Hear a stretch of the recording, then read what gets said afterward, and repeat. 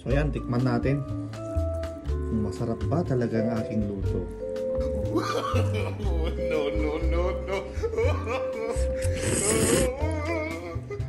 No. Sarap. Hanggang sa balik. Yo mga classmates, samahan niyo ako. Magluluto tayo ng chicken sotanghon. Tara let's, samahan niyo ako.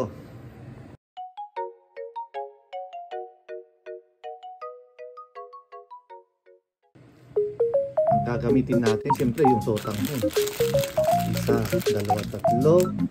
Patis, black pepper, aswete, pampakulay natin. Saka yung dibdib ng manok.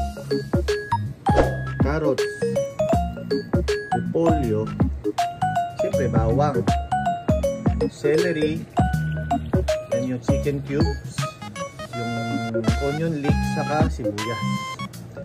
Mamaya ipapakulo natin to. Papakulo natin ganyan. Hanggang kumulo yan, ulitin natin mamaya mga kaibigan. So ito na kaibigan, yung ano, yung manok, tapos binabad ko na rin yung sotanghon para sa yung chicken stock mamaya gagamitin natin.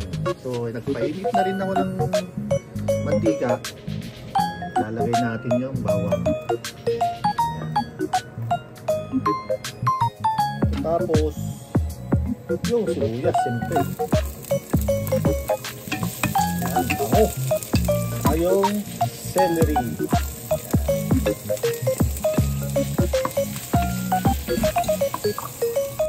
Tapos nun yung ano, yung manok na tinimay natin kanina. Ayan, igigisa natin. Siyempre, habang pinigisa natin, lalagyan natin siya ng patis. Bahala na kayo kung ano yung gusto nyo sa patis, kung gaano karami. Sa akin kasi ako lang kakain eh. Wala na mga kaibigan, yan. Lalagyan na natin yung chicken stock, yung ano, pinagpakuluan natin.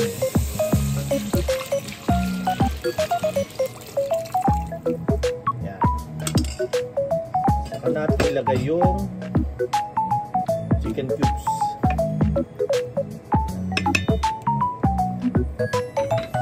Tapos lalagyan na natin siya ng konti muna, kunti-kunti muna. Mamaya na yung black pepper. Tapos pakukulan natin ng 10 minutes. Patakpan muna natin.